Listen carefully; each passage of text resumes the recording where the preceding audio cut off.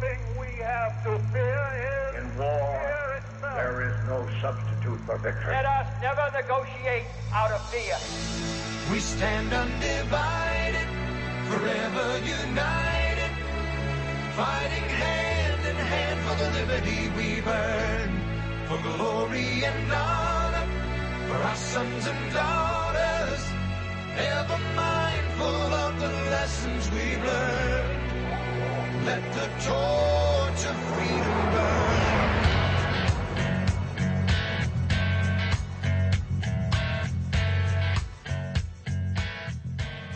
Welcome to the intersection of faith and politics. This is WallBuilders Live with David Barton and Rick Green. Thanks for joining us today. Visit us at our websites, wallbuilders.com and also wallbuilderslive.com. There at WallBuilders Live, you can get a list of all of our stations, and also you can get the archives of our programs for the last few months.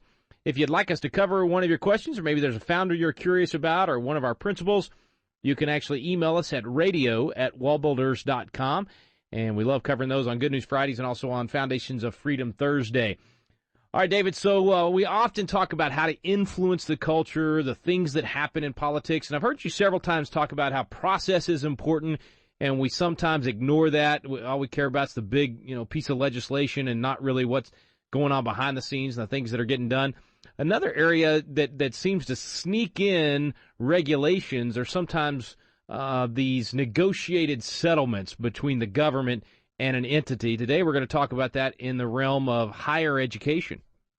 Yeah, one of the things that's happening is in higher education and in businesses and in other places, some workplaces as well, you have what are called speech codes. Now, from a constitutional position, what's the speech code? It's the First Amendment. You got a right to free speech.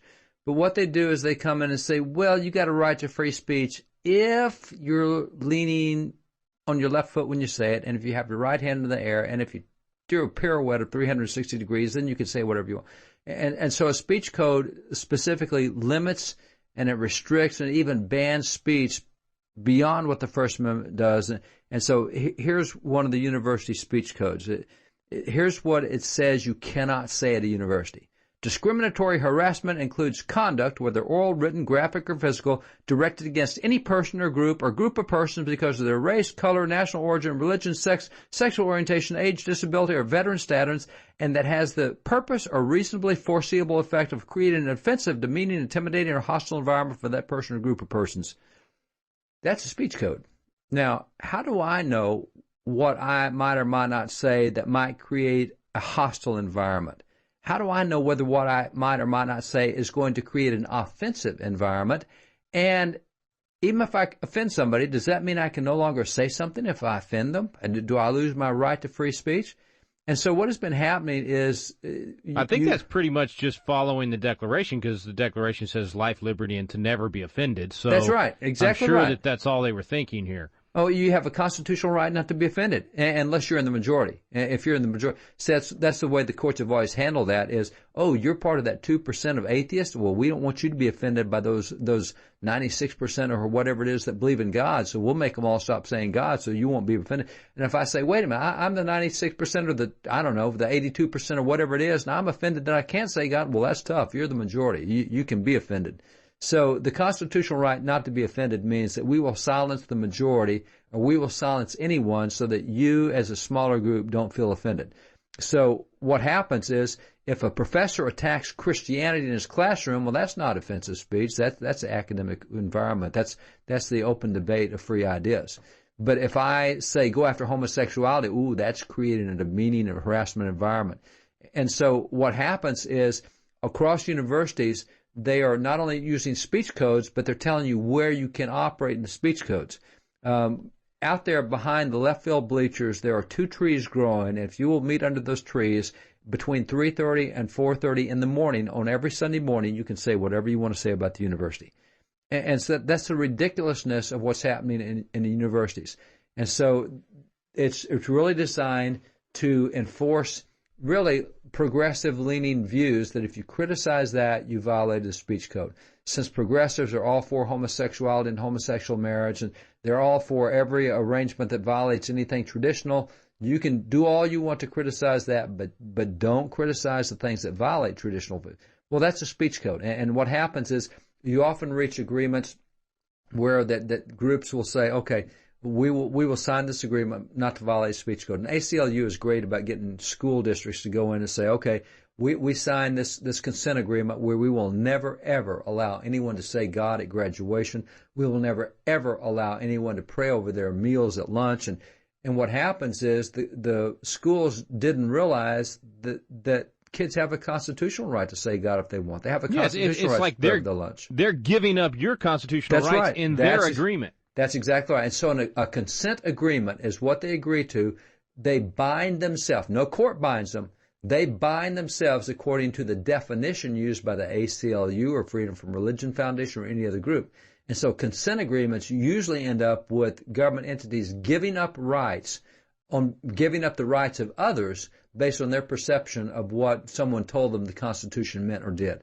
And so the process is don't get into consent agreements. That's generally not a good thing. You lose your rights of speech when you do it.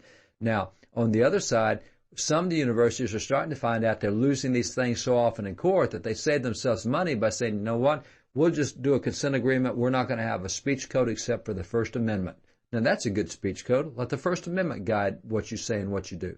So there are consent agreements that cause you to give up your constitutional rights. There are consent agreements that cause you to enforce your constitutional rights. They can be either good or bad depending on what philosophy is being advanced. Well, there's one just terrible agreement that's been entered into by the federal government and the University of Montana.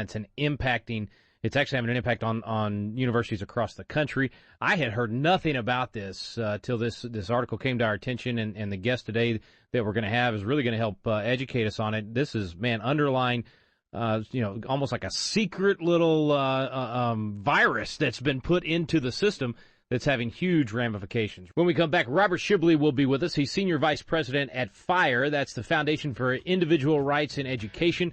They fight these legal battles across the country to defend the rights of students to not just free speech, but other areas as well. They're doing great work. They're going to be with us when we return right here on WallBuilders Live.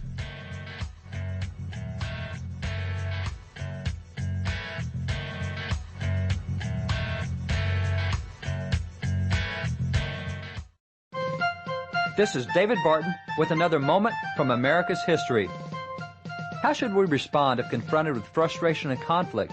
The proper response was given over 200 years ago in a lengthy speech when Benjamin Franklin told the delegates at the Constitutional Convention, "In this situation of this assembly, groping as it were in the dark to find political truth, how has it happened, sir, that we have not hitherto once thought of humbly applying to the Father of lights to illuminate our understanding? Have we now forgotten that powerful friend? Or do we imagine we no longer need His assistance? God governs in the affairs of men. I therefore move that henceforth prayers imploring the assistance of heaven and its blessings on our deliberations be held in this assembly every morning before we proceed to business." Benjamin Franklin knew that prayer was the proper response. For more information on God's hand in American history, contact WallBuilders at 1-800-8-REBUILD. Let the torch of freedom burn.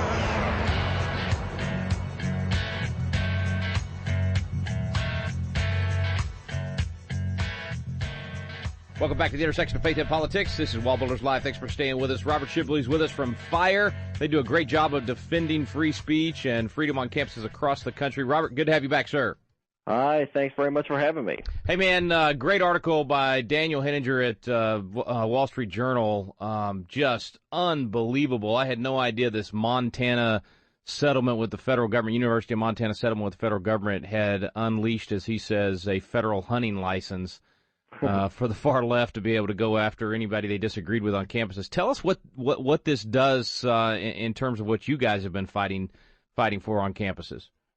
Well, unfortunately, the so-called blueprint with the University of Montana, which came from the Federal Office for Civil Rights of the Department of Education, as well as an office from the Department of Justice, set forth a number of requirements for the University of Montana to handle what it seems to be a real serious problem they were having for sexual assault. Unfortunately, what some of these requirements did were constitutionally unacceptable. For instance, for all practical purposes, setting out a speech code, broadly defining sexual harassment to include a lot of things that nobody would think were harassment. And maybe most alarming was the idea that the names of students and faculty members who did not attend these training sessions, these anti-sexual harassment training sessions, would be sent to the Department of Justice. You get turned in for not going to a class.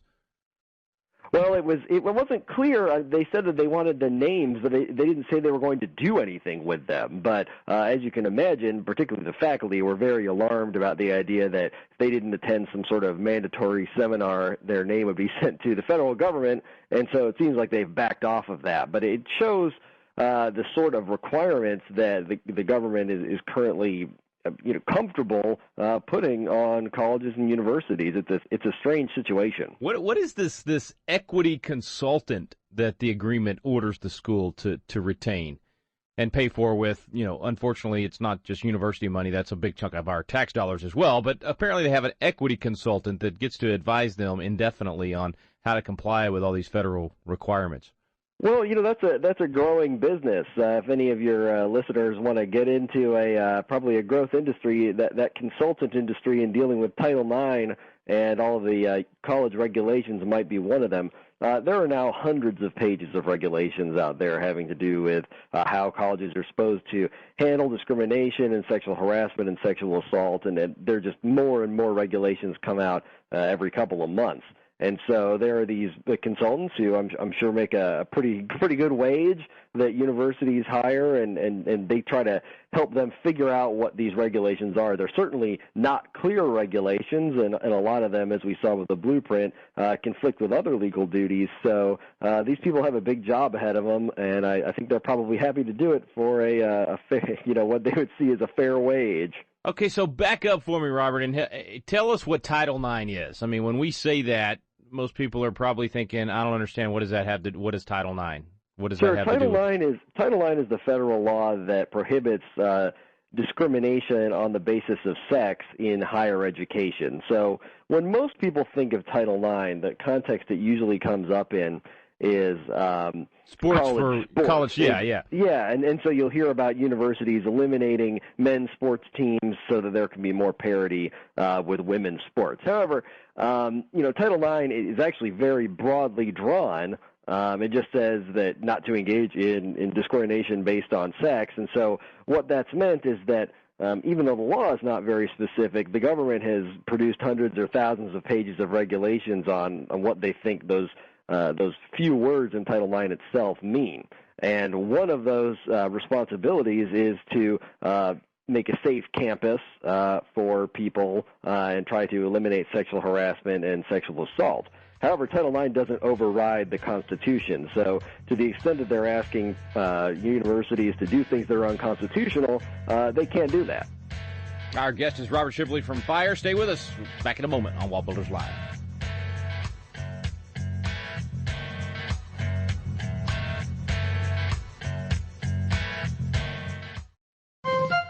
This is David Barton with another moment from America's history.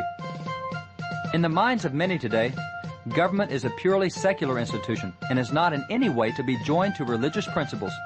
The result is that too often our public policies are now enacted without any consideration of their spiritual consequences. However, the Founding Fathers believed that even a political act should always be examined from a spiritual viewpoint. For example, in his inaugural address, President George Washington declared, "We ought to be persuaded that the favorable smiles of heaven can never be expected on a nation that disregards the eternal rules of order and right which heaven itself has ordained." President George Washington believed that the blessings of heaven would reside on this nation only so long as its national policies embraced godly standards. For more information on God's hand in American history, contact WallBuilders at 1-800-8REBUILD. Let the torch of freedom burn.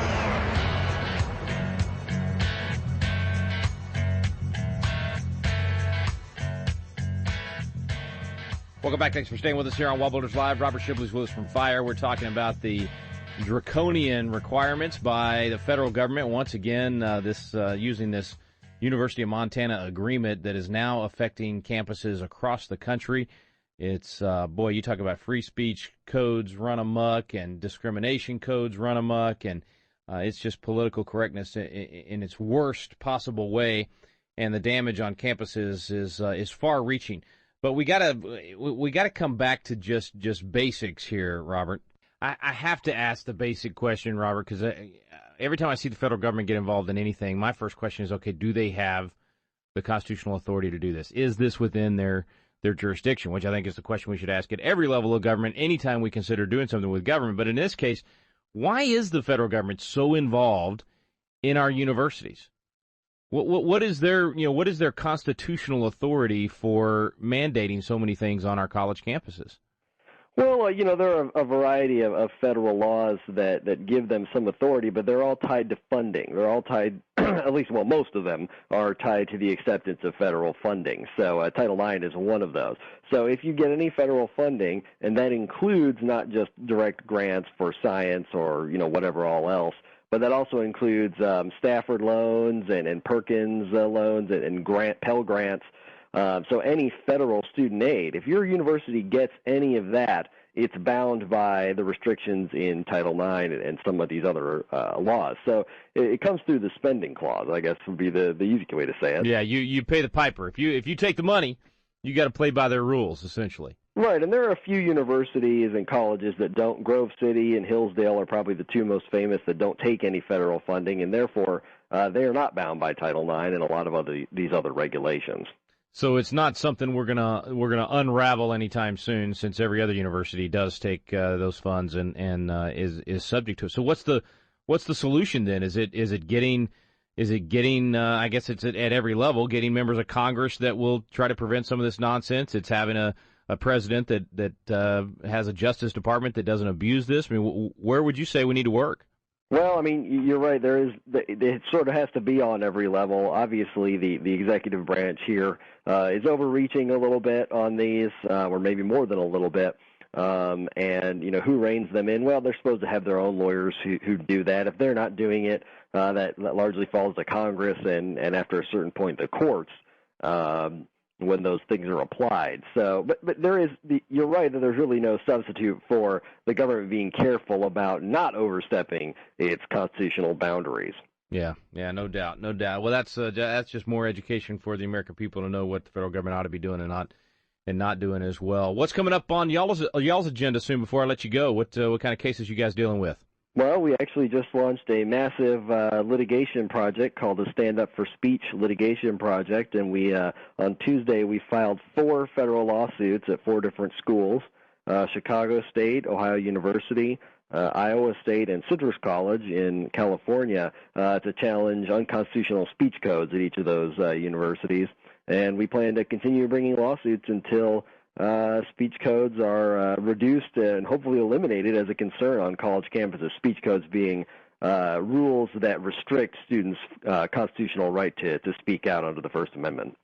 So what happened to, I thought the campus was supposed to be this, free-for-all in terms of thought and ideas and debate, and you mean that's not happening? They actually stop someone from expressing an opinion just because they disagree with you? Oh, sure. Off of campus, I think, the idea that universities should be a marketplace of ideas is pretty uncontroversial. Most people assume that's what's happening there and certainly think that's what should be happening, but that hasn't been the reality. And so in these 4 cases, and you're going to see more come in the coming weeks and months, we see over and over universities that have policies that totally ignore their constitutional responsibility to protect freedom of speech and the First Amendment. Well, glad you guys are out there fighting to force them to do so and reverse some of these policies. We appreciate you, Robert. Thanks for coming on today. Thanks for having me. Back in a moment with David Barton.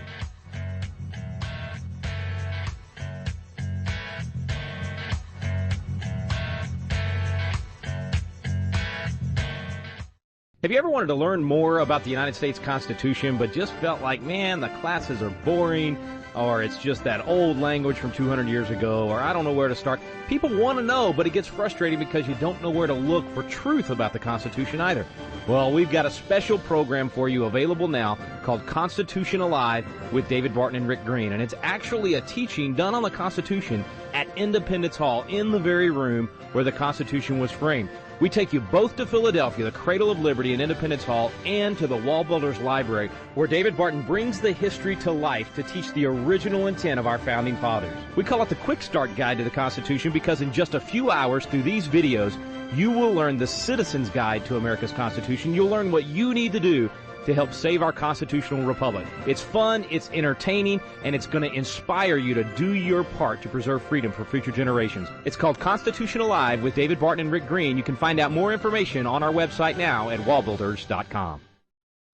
Let the torch of freedom burn.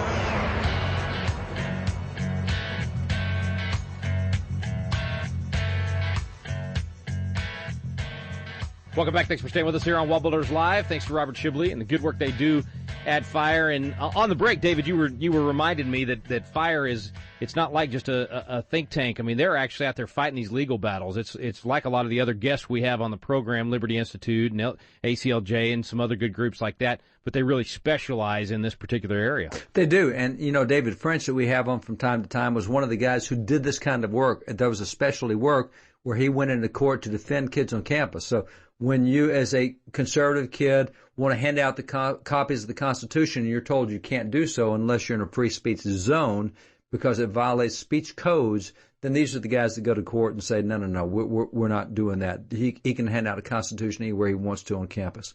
Or when you have a professor that comes in and says, by the way, how many of you are Christians? You raise your hand and say, well, you won't be when you leave this class. I'm taking your faith down. You've got a right to some academic freedom. These are the guys that go into court to defend you. And they don't just do it for Christian groups. They do it for any. But as it turns out, on campus, conservative and religious speech is what is most often targeted. And so that's where they do most of their work. They are an across-the-board group that will defend First Amendment rights for any kid on campus. But it nearly always turns out to be religious and conservative, although they are not necessarily a religious conservative group. They're just real fair on the Constitution, and they do really good work. So they're probably the premier legal group for academic areas on free speech, and they're really good at what they do. And it does tell you, I mean, like you just said, even though they're not specifically out there to defend just religious beliefs, that's what gets attacked the most on campuses today. I mean, that seems to be where the work has to be. If somebody's expressing a belief that's grounded in faith, boy, that's not very popular with university officials these days. Well, it's not. And look how this agreement went, that you're going to be turned in to the Department of Justice if you don't attend this class. Is there just a slight bit of intimidation with that? I mean, just you're telling these folks, if you don't come to this indoctrination class, we are required to turn your name into the Department of Justice. That ought to make the hair on the back of your head stand up, neck, whatever it is. Anyway, that really is scary, just to think that our universities are going to turn students into the government. I mean, if that's not Orwellian, if that's not just this horrible feeling of, man, government's now, not only is government watching us do stuff, but now our friends or our professors are watching us and going to turn us in. Well, what I thought was interesting was a statement that Robert made after that. He said, this is the type of requirement that the government feels comfortable imposing on colleges and universities. And that word comfortable stood out to me. They're comfortable. They don't have any qualms about imposing this viewpoint on students and colleges and universities. And so when the government feels comfortable with something, it tells you where they're headed. And so the fact they feel comfortable imposing this kind of a speech code tells you what policy is about to look like. And I got to thinking, what else do they feel comfortable with? And, obviously, well, they feel comfortable going into debt. They feel comfortable experimenting with the military. They definitely feel comfortable with opposing religion. They feel comfortable with ignoring the Constitution. They feel comfortable with taking private lands and suing citizens. And, the more I thought about what the federal government feels comfortable with, the more it tells me what the future looks like. And so the fact that the federal government feels comfortable imposing this kind of speech code on students and faculty, etc., that is not good for liberty in the future. And also should be a reminder to us of where we send our own kids, right? I mean, the whole time I'm talking to him about this in the interview, or as we're talking about this, I'm thinking, yeah, we have a choice here. We don't have to subject our family to these kind of draconian, limitations on our constitutional freedoms, right? I mean, there are campuses that we can send our kids to that don't implement these kind of crazy things. Yeah, there's not many of them. When you look through the stats that they have, probably 90% of university campuses have some type of speech code in place. And so through the work of Alliance Defending Freedom, which is the other group that works closely with FIRE, Alliance Defending Freedom sent out a notice recently to, I think, 360 universities, and 22 of them actually rescinded their speech codes as a result. So you're seeing a little bit of motion. That's at that point, you're talking about 6 or 7% of the universities suspended their speech codes when they got the letter explaining why that was unconstitutional. So, but you still have, 85% of the universities that have some type of speech code. And this is the kind of thing that parents need to be aware of, because it is an intimidating environment. And this is part of the reason why that we see statistically, particularly for Christian kids, somewhere between 71 and 88% of Christian kids lose their faith at university. So for parents to think, oh, that's where I went to university, and it's a great place, and I love the football, and I'm sending my kids there, this ain't the school you went to. And to think that it still has the same atmosphere as when you were there, no, that's not right. And so you really do need to check out these universities. You need to look at their speech codes, ask what their speech code is when you see it. If it's got a speech code at all, you better understand you're about to see serious indoctrination of your kid when they get there. Yeah, not the place you want to send your kid to. We appreciate FIRE and so many other groups out there that are fighting these battles. Yep. You can help, be a part of this. If you hear these kind of things, you need to contact FIRE. You need to get other groups like that involved. You can donate to them to help them do the good work that they do. We appreciate you listening today. You've been listening to WallBuilders Live. We stand under